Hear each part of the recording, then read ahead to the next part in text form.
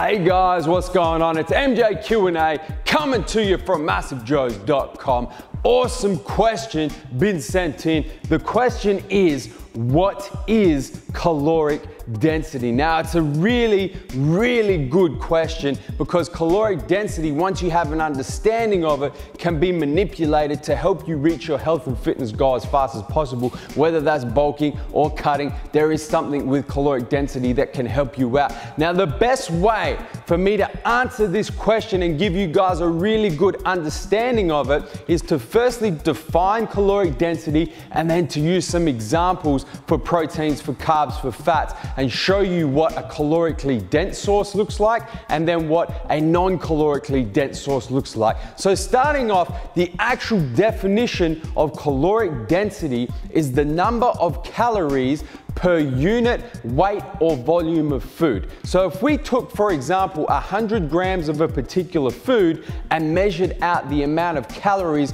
within that 100 grams, something that had a lot of calories per 100 grams, we would say is calorically dense, whereas something that had less calories or not a lot of calories per 100 grams, we would say is not calorically dense. Now let me break it down for you guys real simple with some really good examples. So let's firstly address protein. So we know protein, to start off with, as a macronutrient is 4 calories per 1 gram of protein. So for each gram of protein, there's 4 calories in that. So protein, for example, when you compare that to carbohydrates, which is also 4 calories per gram, and then you compare it to fats, which is 9 calories per gram, from a macronutrient point of view, we would say that fats are very calorically dense in their nature, whereas carbs and protein are less calorically dense than fats. Now, to break it down even further, if we look, for example, at a whole food source of protein, so let's take, for example, 100 grams of chicken breast, 100 grams of cooked chicken breast, and that 100 grams of cooked chicken breast is gonna have in it 25 to 30 grams of protein. Let's say 25 grams of protein for argument's sake. That 25 grams of protein at 4 calories per gram is gonna be 100 calories. So 100 grams of chicken breast, for argument's sake, 25 grams of protein and 100 calories.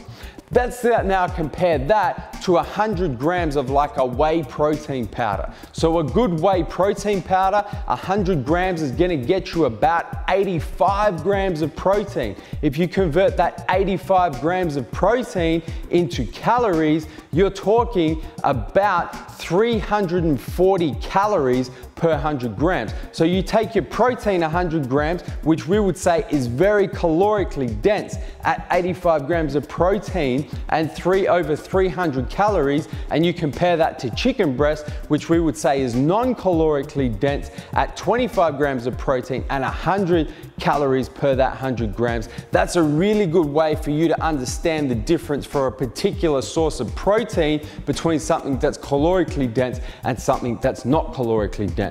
Then if we move on to carbohydrates, for example, and going through it a little bit quicker now, if you were to take, let's say, brown rice, for example, 100 grams is gonna get you probably about 25 to 30 grams of carbs, once again around 100 calories. Compare that to 100 grams of a carbohydrate powder, which a really good quality one, for example, a dextrose or a maltodextrin, is gonna get you pretty damn close to 100 grams of carbohydrates per 100 gram of powder. That's gonna be 400 calories.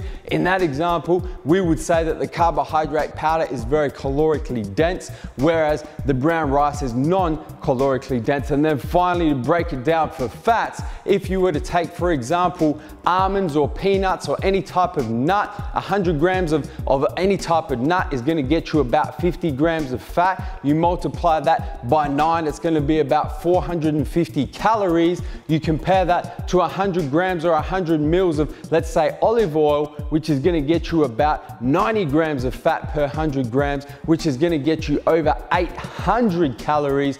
In that example, we would say that the oil is very calorically dense with respect to the nuts that are less calorically dense than the oil. Now guys, how do you use this? How do you use this information to help you reach your health and fitness goals? Well, look, when you're trying to bulk, when you're trying to get yourself in that caloric surplus where you're consuming more calories than you're burning within any 24-hour period, it's gonna make sense. It's gonna be easier for you to consume calorically dense foods rather than non-calorically dense foods. If we flip the switch on that, and we say when you're trying to cut, when you're trying to lose body fat, it's gonna make sense for you to eat less calorically dense foods or non-calorically dense foods, because number one, your body has to work harder to break them down to get the macronutrients, to get the calories, and number two, you can eat a lot more of those foods that's gonna help you stay full when you're on calorie restricted diet, and also gonna help you achieve your health and fitness goals. And guys, that is the answer to the question, what is caloric density, and then how you apply that caloric density to help you reach your health and fitness goals. If you've got a question that you want us to answer in the very next edition of MJQA, man, you got to drop a comment to this video, you got to hashtag MJQA, and then ask your question, and you may get your question answered in the very next edition of MJQA. Guys, hit the subscribe button, subscribe to our YouTube channel, man. Stay up to date with all the latest editions of MJQA. And guys, that is MJQA, and I'm coming to you from MassiveJoes.com.